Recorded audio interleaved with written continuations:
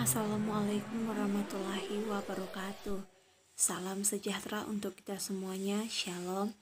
Perkenalkan, nama saya Agus Nitut Indraha dari Fakultas Ekonomi, Prodi Ekonomi Pembangunan, Universitas Andalas. Nah, di sini saya akan membahas mengenai struktur pasar dari mata kuliah Industrial Organization atau organisasi industri. Dalam bab ini kita akan membahas di chapter 9. Baik, sekarang kita akan langsung masuk ke dalam pembahasan, yaitu struktur pasar dan kekuatan pasar. Di pembahasan pertama kita akan membahas tentang konsentrasi dan kekuatan pasar yang berdasarkan asas teori. Keuntungan perusahaan satu diberikan oleh V1 sama dengan P Q1 kali Q1 kurang C Q1, di mana Q adalah keluaran total. Ini menyiratkan bahwa dari perspektif perusahaan satu yang terpenting adalah total output yang diproduksi oleh perusahaan lain, terlepas dari berapa banyak perusahaan lain yang ada atau apa tingkat keluaran masing-masing. Jadi di sini perusahaan akan berfokus kepada perusahaannya sendiri, tidak peduli seperti apa perusahaan orang lain. Yang kedua yaitu mengukur kekuatan pasar dan konsentrasi pasar. Ketika perusahaan memiliki fungsi biaya yang berbeda, output dan biaya marginalnya dalam equilibrium yang berbeda. Asimetri ini membutuhkan ukuran kekuatan pasar dan konsentrasi pasar yang lebih umum daripada yang telah dipertimbangkan selama ini. Bahkan, jika harga sama untuk semua perusahaan, seperti yang akan terjadi jika produknya homogen, biaya marginal yang berbeda menyiratkan margin yang berbeda untuk perusahaan yang berbeda. Lalu, apakah kekuatan pasar dalam industri secara keseluruhan? Selain itu, jika perusahaan memiliki ukuran yang berbeda, maka jumlah perusahaan saja bukanlah ukuran konsentrasi yang baik. Memiliki 3 perusahaan dengan ukuran yang sama tidak sama dengan memiliki 1 perusahaan dengan 98% pasar dan 2 lainnya dengan masing-masing 1%. Ketiga yaitu konsentrasi dan kekuatan pasar, estimasi empiris. Organisasi industri arus utama telah didirikan pada apa yang disebut Structure Conduct Performance Paradigma atau SCP. Paradigma SCP menyediakan sistem untuk analisis industri tertentu. Industri dicirikan oleh strukturnya, misalnya seberapa terkonsentrasi perilaku, yaitu perilaku perusahaan, dan kinerja kekuatan pasar, efisiensi alokasi, dan sebagainya. Selain itu, paradigma SCP menyatakan bahwa ada hubungan kausal antara struktur, perilaku, dan kinerja. Struktur mempengaruhi perilaku, baik struktur maupun perilaku memengaruhi kinerja. Ada 3 hubungan antara organisasi industri yang dinyatakan oleh SCP, yaitu pertama, struktur dapat mempengaruhi perilaku yang telah dikemukakan di bab selanjutnya, mungkin bisa dibaca di slide. Kemudian, hubungan antara perilaku dan kinerja itu harus jelas. Semakin banyak perusahaan yang berperilaku secara kompetitif, semakin rendah derajat kekuatan pasar, dan juga akan semakin besar efisiensi alokatif. Kemudian, yang ketiga, struktur mempengaruhi kinerja yang telah dikembangkan di bagian sebelumnya. Jadi di sini ada pendapat mengatakan bahwa ketika memperbaiki perilaku atau Carnot, semakin terkonsentrasi satu industri, semakin besar derajat kekuatan pasar. Artinya, ketika suatu industri itu memiliki suatu konsentrasi yang lebih jelas, maka kekuatan pasarnya akan lebih besar juga.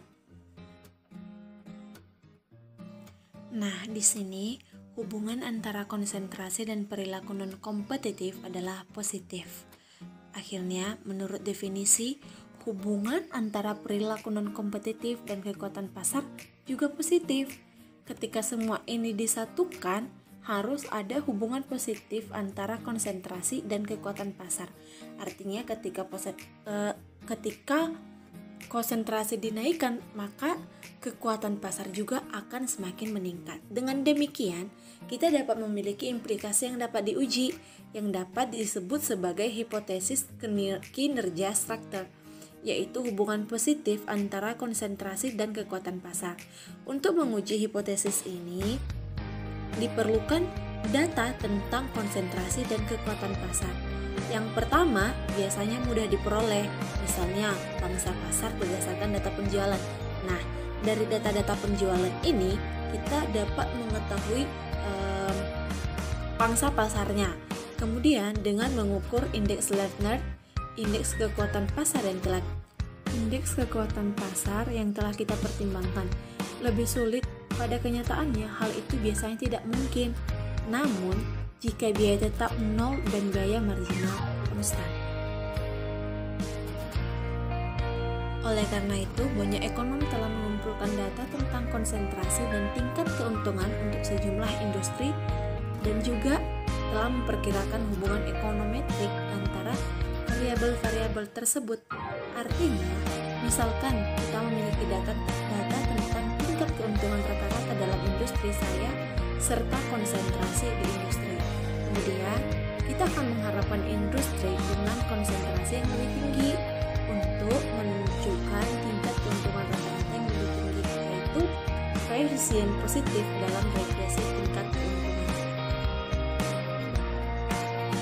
Namun, sayangnya hasil upaya ekonometrik ini tidak terlalu menggembirakan. Kebanyakan studi menemukan hubungan statistik yang lemah antara struktur dan kinerja. Namun sebelum mengabaikan analisis teoritis yang membawa kita ke hipotesis kinerja dan struktur, kita harus mengatakan bahwa ada masalah pengukuran data yang penting. Mungkin setidaknya sebagian menjelaskan hasil yang buruk karena kurangnya data tentang margin harga dan biaya. Sebagian besar studi menggunakan proksi akuntansi tingkat laba yang sering merupakan proksi yang buruk. Misalnya, tarif depresiasi buku biasanya berbeda dari tarif depresiasi ekonomi. Selain itu, banyak perusahaan yang beroperasi di banyak industri yang berbeda, sehingga memerlukan pembagian data di antara berbagai industri tempat mereka berada atau secara dengan operasi yang tidak langsung. Yang keempat yaitu masalah simultanitas. Dalam hal metodologi, pengujian hipotesis, kinerja, dan struktur mengalami pembatasan penting tambahan. Pada dasarnya, ini mengabaikan kemungkinan hubungan sebab akibat terbalik dalam hubungan antara struktur, perilaku, dan kinerja.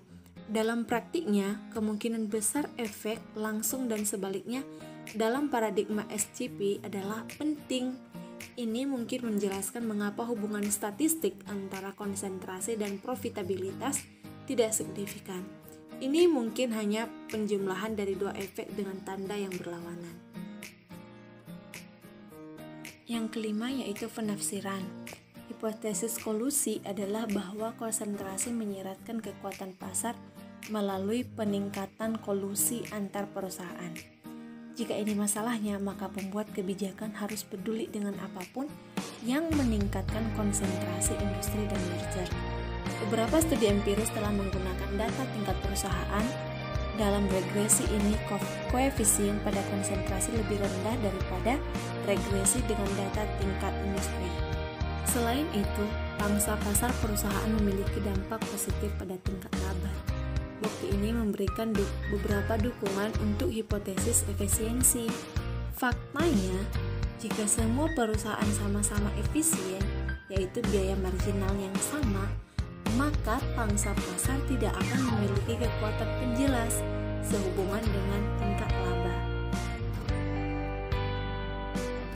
Nah, dari beberapa penjelasan di atas dapat kita simpulkan di bab ini bahwa ketika jumlah pesaing Carnot menjadi tak terbatas, total output menyatu dengan nilai di bawah persaingan sempurna. Nyatanya tidak perlu banyak perusahaan identik agar kinerja model Carnot mendekati kinerja persaingan sempurna. Derajat kekuatan pasar bergantung pada 3 faktor, yaitu elastisitas permintaan, konsentrasi pasar, dan tingkat perilaku produksi. Demikian penjelasan dari saya. Mohon maaf apabila ada kesalahan dalam penyampaian materi. Terima kasih telah menonton. Jangan lupa like, comment, and subscribe. Sampai jumpa. Semoga materi